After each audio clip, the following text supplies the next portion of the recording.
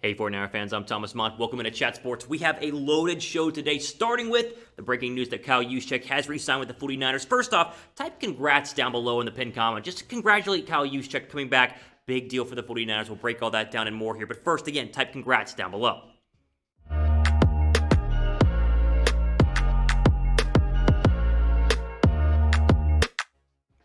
All right, let's jump into the latest 49ers news and rumors, starting with, of course, the breaking news. You probably saw it on Twitter, but it is official. 49ers have brought back Kyle Juszczyk. Let's go to Adam Kaplan's tweet. He broke the news on Sunday night, just hours ago, saying, of course, quote, hashtag 49ers and five-time Pro Bowl fullback Kyle Juszczyk have agreed to a 5-year, $27 million contract with $10 million guaranteed. He originally signed a 4-year, $21 million deal. That's $5.25 million a season in March of 2017, which was set to expire on Wednesday. So it is official. Again, you saw the news there.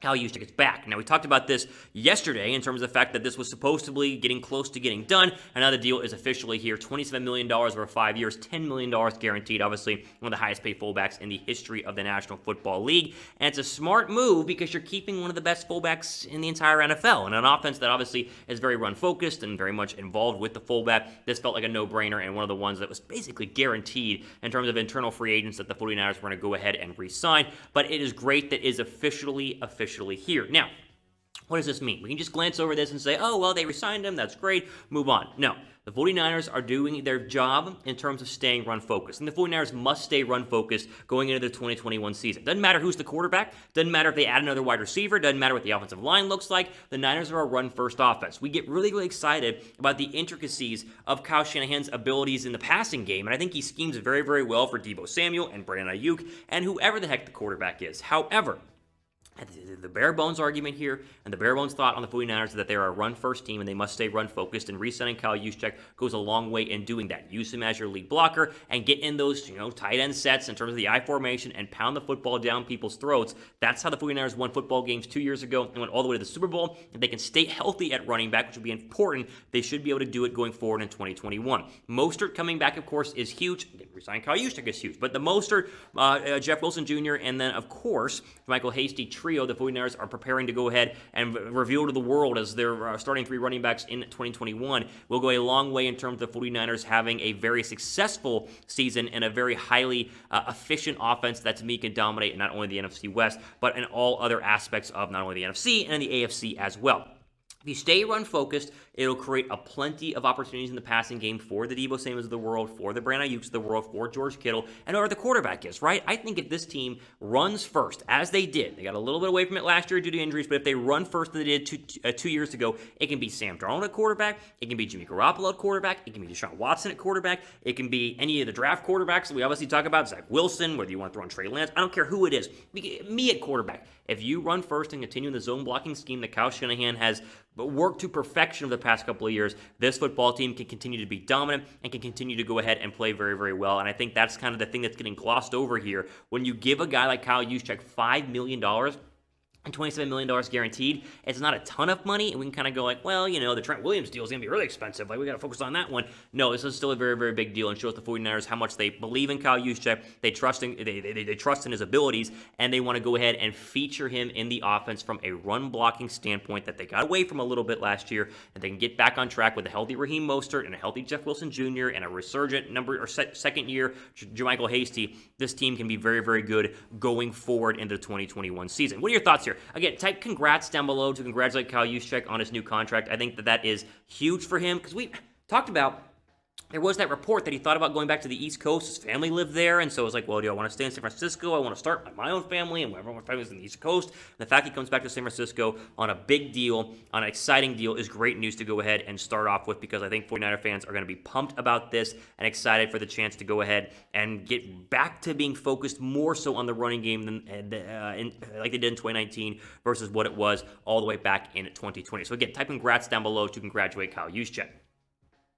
Now, free agency is almost here, right? I mean, things are going to start going ahead and happening over the coming days and really the next couple of hours and days. So we're going to keep you guys up to date and covered here on the 49ers Report. Maybe something we talk about today happens before you watch this video, so just know that we're going to work as hard as we can to stay up to date here, but it's a little tough when things happen. You got to film a video and then upload it, but we will have you guys with wall-to-wall offseason and free agency coverage here on the 49ers Report. So make sure you guys go down below and hit that subscribe button. That way you are up to date when things happen.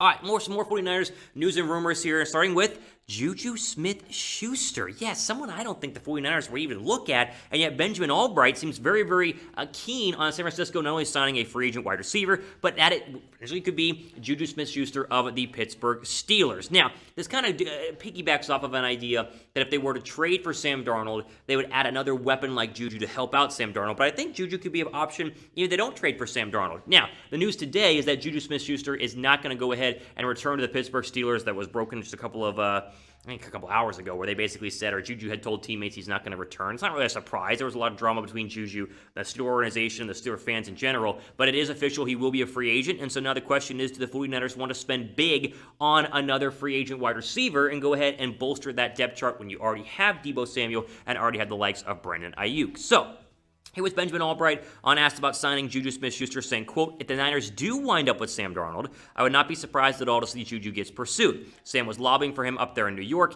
He wants to kind of reunite with him. I think it would kind of be a good fit there too. Now, this all sounds fine and dandy. I wouldn't mind it. I think the whole Sam Darnold thing is a little bit overblown. I don't see Sam Darnold being a 49er, but regardless, I think Juju's going to be a little bit too expensive. I mean, listen, Juju Smith-Schuster was the number one slot receiver in the NFL last year. Like, statistically, he was number one. He was really, really good, and so I just think Juju was going to be too expensive. And if he's too expensive, you obviously cannot go ahead and afford him. Now, the real kicker here, of course, as we've talked about on the 49ers report, is if they sign Trent Williams and they give him this massive contract, top 5 among all left tackles, then you're not going to be able to afford hardly any other free agents because you have, $20 to $24 million available right now, and Trent Williams will cost you $17 to $20 million of that per year. So Juju's completely out of the question if Trent Williams is going ahead and re-signing with the 49ers. However, if they do not re-sign Trent Williams and then they focus on drafting somebody at number 12 like a Rashawn Slater to go ahead and fill the left tackle position, that frees up a ton of money. I mean, a bunch of money for the 49ers to go ahead and sign a lot of people, and that's when Juju Smith-Schuster, guys like Kenny Golladay, could go ahead and come into play from a star wide receiver free agent perspective.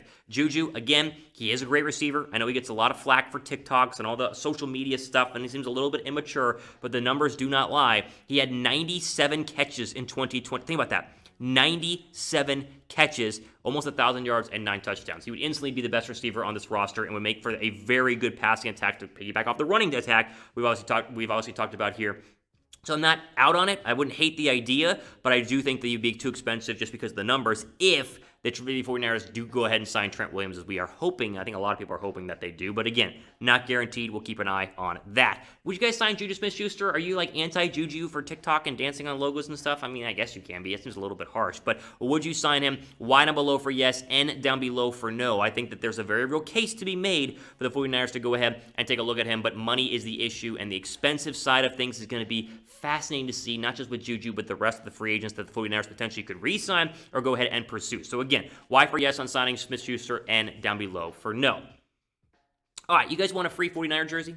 Yeah, yes? I mean, is that are you sure? Because we're doing our jersey giveaway again. We've done this the past couple of months, and it's a great success. You guys love this stuff because it allows you to bet on potentially March Madness games, because that's what's happening this week, and get a free jersey whenever you are new customers with our friends at BetUS. So all you got to do is use our link, chatsports.com/49bet. Use our promo code Niners125. Be a new depositor of $100 or more, and we will send you your pick of either a George Kittle jersey or a Nick Bosa jersey, of course, in the Scarlet Red Nike Limited Edition. So, what you gotta do, like I said, sign up, which I already told you how to do, and then place a bet on a March Madness game this week, whether you want to place a bet on a game, or place a bet on, or place multiple bets on who wins, potentially. It's up to you, but betting on March Madness is the way to go, and the thing you must do to go ahead and get your jersey. So again, chatsports.com/49bet, promo code is Niners125, then go ahead and put the $100 down, place your bet on March Madness, and then email us 49ers@chatsports.com with proof, and then, of course, which jersey and size you want, right? You want a large Kittle, you want a small Bosa, whatever you guys want, go ahead and do that. Once we check your account info, we'll send you that George Kittle or a Nick Bosa Nike Legends Scarlet Red jersey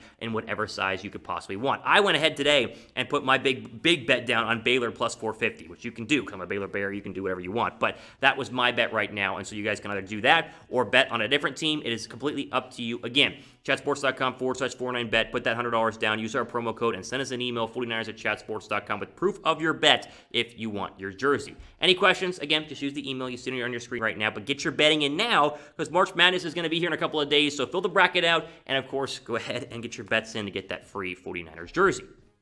All right, let's move on here to the idea that Jason Verrett could be next in line to get a contract. I was a little bit surprised the 49ers went ahead and signed Emmanuel Moseley last week, that 2-year, $10 million deal, which I think is good. I'm a little surprised it was Moseley over Witherspoon, although I think Moseley is the better cornerback overall. But it's interesting that they went ahead and signed Moseley before looking at a guy like Jason Verrett. The report is from Ian Rappaport that they, of course, have an offer on the table, but maybe Verrett wants to go pursue free agency and perhaps get a little bit more money. Who knows? But this all has big impact on what the Niners do at number 12 overall, potentially not getting a cornerback, as you'll see here in 1 second. So the NFL Network's Ian Rappaport has the report, quote, one of the coolest stories in the NFL, comeback story for a player who spent most of his career injured. He had a resurgent year last year. There's an attempt by the 49ers to keep him there. We will see if they're able to lock in all 3 of those before business starts Monday. He talked about Kyle Juszczyk and Trent Williams. That was the other 3 he's talking about here. But again, if they do sign Verrett, and it's Monday, it's noon on Monday, so maybe they sign him later on in the day. But if they don't, if Verrett does not happen,